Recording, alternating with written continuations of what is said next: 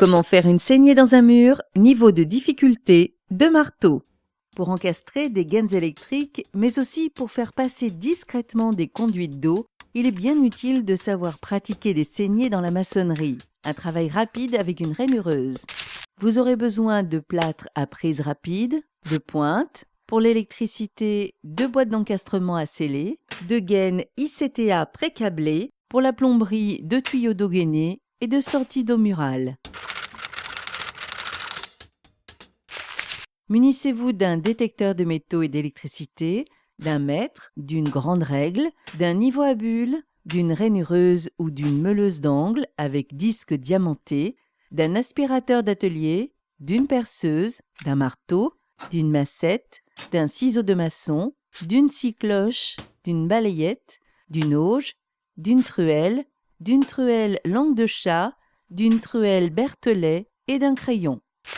Prévoyez une paire de gants, des lunettes de protection, un masque pour la poussière et des bouchons d'oreilles. Les règles d'encastrement. Les saignées se pratiquent à l'horizontale, à la verticale, mais jamais en diagonale.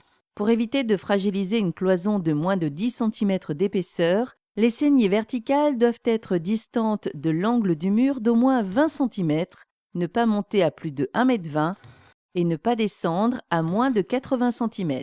Laissez 1,50 m de distance entre 2 saignées. De plus, il est interdit de creuser une saignée au-dessus d'une porte. Il n'est pas question de fragiliser un mur avec une longue saignée en diagonale. Vous pouvez tout de même pratiquer un arrondi en jonction d'angle pour mieux épouser la gaine électrique ou le coude d'un tuyau gainé de plomberie. Vérifiez les murs. N'hésitez pas à vérifier avec un détecteur de métaux et d'électricité que le mur ne comporte pas déjà un conduit encastré dont vous n'avez pas connaissance. L'utilisation d'une rainureuse génère beaucoup de poussière. Déménagez tout ce qui peut l'être dans la pièce, bâchez le sol, mais aussi les portes de communication. Le tracé. Commencez par tracer l'emplacement des appareils ou des points de distribution, ainsi que des saignées à réaliser. Percez les logements destinés au boîtier, à la scie cloche, dans du plâtre ou du béton cellulaire.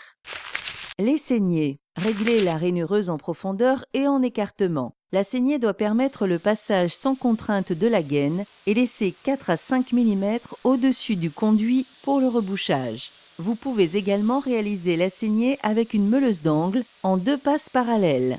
Creusez le logement des boîtiers d'encastrement et des saignées de la pointe du burin. Terminez par un dépoussiérage énergique à la balayette ou à l'aspirateur d'atelier.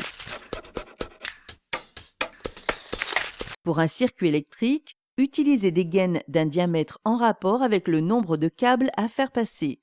Il faut laisser 2 tiers d'espace vide dans le conduit. Mise en place. Qu'il s'agisse d'encastrer un circuit électrique ou un conduit d'eau gainée, le travail est le même. Commencez par sceller les boîtiers de raccordement avec du plâtre. Installez ensuite les gaines en les bloquant à intervalles réguliers avec des pointes enfoncées de biais. Rebouchage. Commencez le rebouchage au plâtre au niveau des boîtiers électriques ou des sorties murales pour les circuits d'eau, puis par petites portions tous les 30 ou 40 cm. Terminez le rebouchage des saignées et arasez l'excédent avec une truelle Berthollet. Raclez en prenant appui sur les côtés des saignées. Un petit travail d'encastrement qui permet le passage discret des conduits dans la maçonnerie. Une question, un doute, un conseil? Contactez le 0810 634 634.